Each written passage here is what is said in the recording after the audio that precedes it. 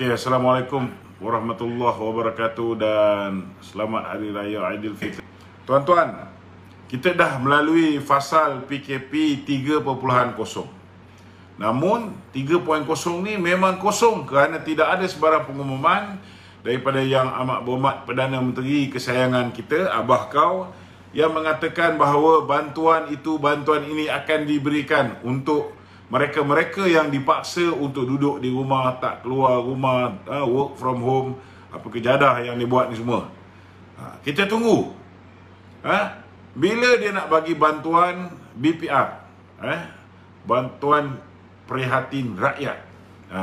Tapi malangnya yang berlaku sesedara, bila dia umumkan 3.0, mereka yang bantuan BPR tu sudah lulus untuk tahun ini dan dah dapat untuk slot yang pertama, bayaran yang kedua ni tak dapat. Ramai yang jadi macam ni. Sedangkan untuk seseorang itu layak menerima bantuan pada tahun 2021 tahun ni, kita cek income dia tahun lepas. Maknanya kalau income dia tahun lepas melayakkan dia menerima BPR, sepatutnya tahun ni baik fasa 1 punya pembayaran, fasa 2 punya pembayaran, fasa 3 punya pembayaran, mereka semua memang patut terima, tuan-tuan. Jadi kita amat kecewa kerana sekali lagi kerajaan ini telah menipu rakyat. Saudara, bukan setakat itu. Yang kedua, tuan-tuan, saya nak beritahu, rakyat juga pada PKP yang pertama telah pun menerima apa yang dipanggil sebagai moratorium secara automatik. Moratorium secara automatik ni, saudara, bermakna kita tidak perlu membayar kita punya loan rumah, loan kereta, kita punya loan peribadi, selama 6 bulan secara automatik. Tak kira lah kita ni B40 ke, M40 ke, top 20 ke. Hari ni bila ekonomi ni, saudara, ditekan dengan PKP bodoh ni, maka semua orang terasa. Jadi sewajarnya kerajaan Muhyiddin ni mengumumkan supaya moratorium diberikan secara automatik kepada semua selama 6 bulan. Apatah lagi bila kita berikan pada tahun lepas, bank-bank masih mengaut keuntungan yang banyak dan CEO bank masih lagi menikmati bonus yang sangat tinggi. Jadi apa salahnya dalam keadaan negara berhadapan dengan ancaman COVID, kita berhadapan dengan kegawatan ekonomi, dan apa salahnya sekiranya pihak bank memberikan moratorium secara automatik kepada semua pelanggan-pelanggan dia selama 6 bulan. Dan yang ketiga, memandangkan hari ini duit Aisina yang telah kita perolehi pada PKP yang kedua, duit ini bukan semua terima, tapi PKP 2 itu taklah teruk sangat. Ada juga sektor-sektor ekonomi yang boleh beroperasi dan sebagainya. Dan memang terkesan tetapi tak seteruk PKP yang pertama. Tetapi PKP 3 ni nampaknya dia punya kesan akan jadi seperti PKP yang pertama. Semua orang diminta duduk di rumah. Mereka, walaupun kita tahu bahawa pihak polis mengumumkan ada roadblock serata Malaysia, kita pun tahu kaedah yang mereka gunakan sebenarnya. Mereka hantar dia punya anggota-anggota bergerak di kawasan masing-masing dan tag dekat Waze ada polis kat situ. Itu sebab kalau kita nak pergi mana-mana, contohnya saya buat penghantaran semalam ke Putrajaya, lepas tu saya pergi ambil stok sate dekat Shah Alam. Saya tengok kat Waze tu sepanjang perjalanan ada roadblock. Rupa-rupanya semua palsu, tuan-tuan. Memang dekat Waze tu nampak ada banyak roadblock. Tetapi sebenarnya tak ada roadblock. Saya pergi ke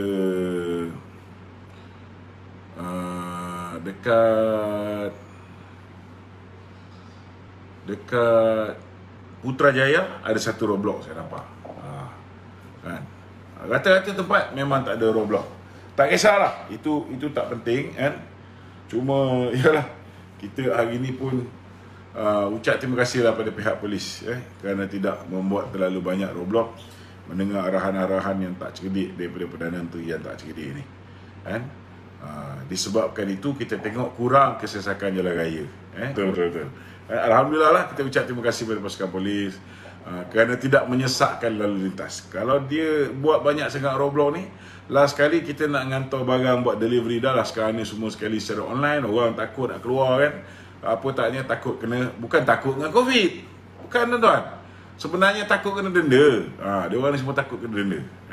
Sebab hari ni kerjaan kita ni memang dah dari segi kewangannya dah sangat-sangat parah, kan.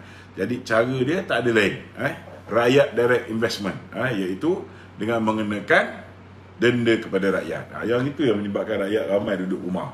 Tapi kalau kita tengok YB ketua, bukan YB, apa ni, ketua UMNO bahagian ketua Bersatu Macam, boleh pula kan, boleh pula kita tengok gambar-gambar orang datang beraya kat rumah dia, boleh, tak ada masalah kan. Lepas tu Umi Hafilda dia keluar gambar Azmin Ali, laju je polis kata apa ni, itu semua keluarga yang duduk serumah. Allah Akbar. Saya nak komen satu je lah kan. Yang 2 orang anak dia tu, ada seorang duduk kat Ampang, ada 2 yang tak duduk dengan dia kan. Ini yang Umi Hafilda cakap lah, Umi Hafilda cakap ada 2 yang tak duduk dengan dia kan. Seorang daripadanya tu anak kepada apa ni, Iron Lady Datuk Arwah Datuk Maznah Hamid kan. Dia orang ni bukan cikai-cikai punya orang kan. Takkanlah semua nak duduk serumah dengan Azmin macam setinggan. Jadi munasabah lah kalau nak kata mereka semua duduk serumah, mereka ada rumah masing-masing. Sebenarnya tak salah untuk anak-anak dia menziarah Azmin kan. Cuma bodohnya Azmin ni, kau jadi menteri, sepatutnya kau gunakan otak kau tu, bila nak buat keputusan tak bagi orang menziarah mak bapak adik-beradik ni kan, kau fikir sendiri. Nanti anak aku nak datang menziarah aku pun tak boleh. Fikir dulu sebelum kau buat keputusan bangang macam ni kan. Sebab tindakan kamu ni menyebabkan orang lain susah. Munasabah lah kalau kita nak pergi jumpa mak bapak. Hari raya takkan tak boleh jumpa mak bapak, betul tak? Hari raya takkan tak boleh jumpa anak-anak. Hari raya takkan tak boleh jumpa adik-beradik. Kena munasabah, munasabah dalam membuat sesuatu keputusan. Jangan ikut dia punya diri je.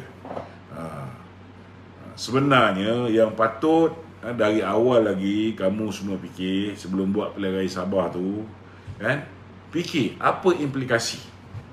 Bila kamu nak tukar kerajaan dah ada kan, pilihan raya pun dah tak lama lagi, bila masa boleh ubah kerajaan negeri. Kenapa yang kelang kabut sangat nak letak Musa Aman menjadi apa ni, ketua menteri Sabah? Yang tu tak fikir kan.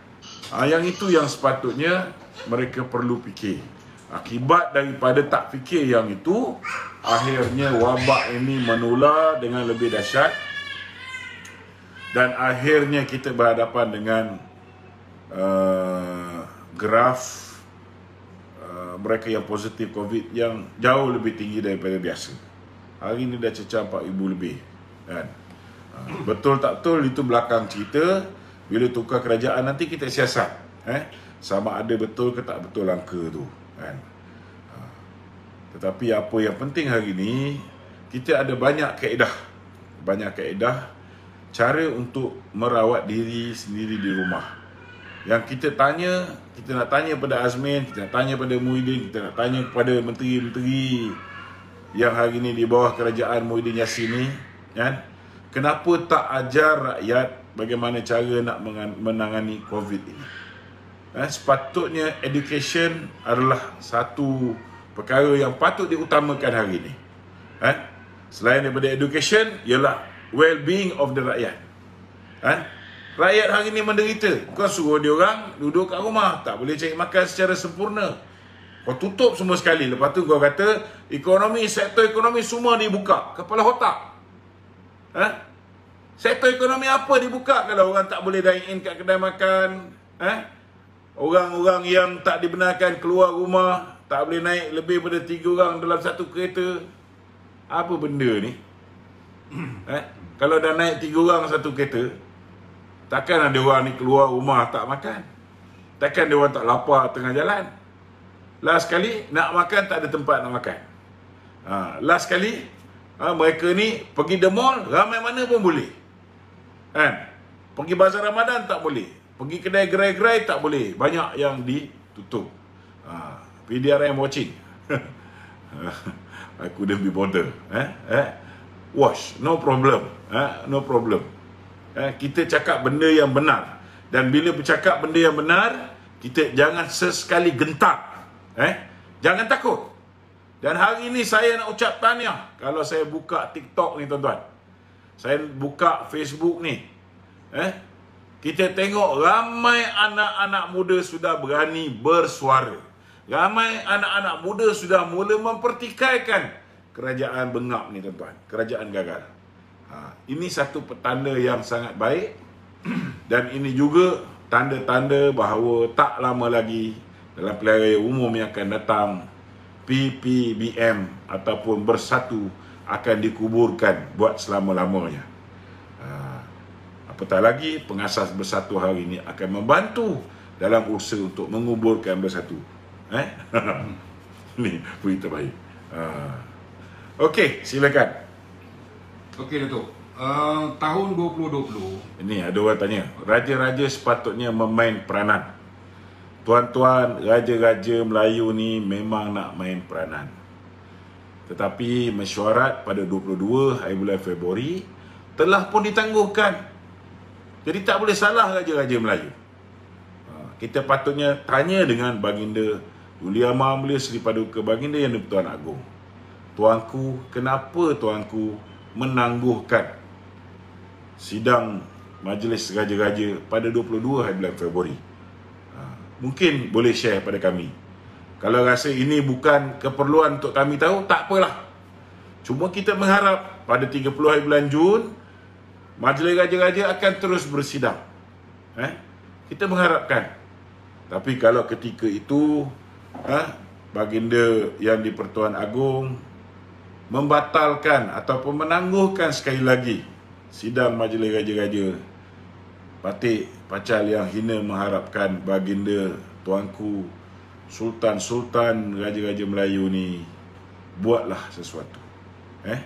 Mereka ada kuasa untuk menentukan sama ada Yang di-Pertuan Agong terus mentadbir negara atau direhatkan daripada mentadbir. Sekiranya disyaki ada yang tak kena. Sebab dalam keadaan detik yang getir, detik yang penting, sewajarnya Majlis Raja-Raja bersidang. Apatah lagi hari ini rakyat sedang mengeluh kerana sekiranya raja-raja ni tak dibenarkan bersuara, kemarahan rakyat kepada Baginda Yang di-Pertuan Agong akhirnya akan menyebabkan rakyat menolak institusi diraja keseluruhan dia. Dan ini amat bahaya. Jangan sampai nila setitik rosak susu sebelanga. Itu sebab kita merayulah kepada Baginda Yang di-Pertuan Agong, buatlah sesuatu. Berilah peluang untuk raja-raja ni bersuara, memberikan pandangan Baginda. Dan kita harap Baginda Tuanku pun sedar apa yang berlaku di bawah.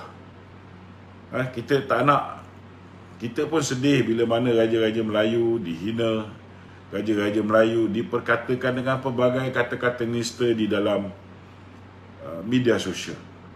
Dan kita ni orang Melayu, raja-raja Melayu lah pelindung bukan hanya untuk agama Islam, tetapi pelindung rakyat jelata. Kalau bukan pada tuanku, siapa lagi kita nak minta? Betul lah kita minta kepada Allah SWT, tetapi untuk sesama manusia, untuk sesama manusia ni, siapa kita nak minta tolong kalau bukan kepada Kebawah Duli Yang Maha Mulia Seri Paduka Baginda Yang di-Pertuan Agong dan kepada raja-raja Melayu. Hari ini rakyat berada dalam keadaan yang begitu teruk tuanku, begitu teruk. Hari tu dapat air sinar sekejap, tak semua dapat. Tapi itulah modal dimulakan untuk berniaga. Berniaga sekat jalan disuruh berhenti. Ada yang tak dapat air sinar, pinjam alo. Jadi tiba-tiba dah beli stok banyak. Ada yang merancang nak hadir satu program jualan lelong kat PWTC pun habis semua barang-barang akhirnya. Jadi barang buangan, tak boleh nak jual. Tuanku kena ambil kira benda ni semua. Kalau misalnya benda ni tak sampai ke telinga tuanku, saya rasa setiap malam ramai rakyat melalui media sosial mengeluarkan kenyataan-kenyataan. Saya rasa mustahil ianya tak sampai ke telinga tuanku. Kalau tak sampai kat telinga tuanku, mungkin sampai kat telinga Fadil. Tak sampai kat telinga Fadil, mungkin sampai kat telinga Datuk Maharaja Lela, dan pegawai-pegawai istana yang lain. Jadi patutnya hanya boleh menyampaikan apa yang berlaku di bawah. Sama ada tuanku nak dengar atau tidak, itu terpulang kepada baginda tuanku. Cuma kita kena hati-hati. Kita kena selamatkan institusi diraja. Kita tak nak apa yang berlaku di Bangkok berlaku di Kuala Lumpur. Itu je. Itu je kita punya concern. Okey.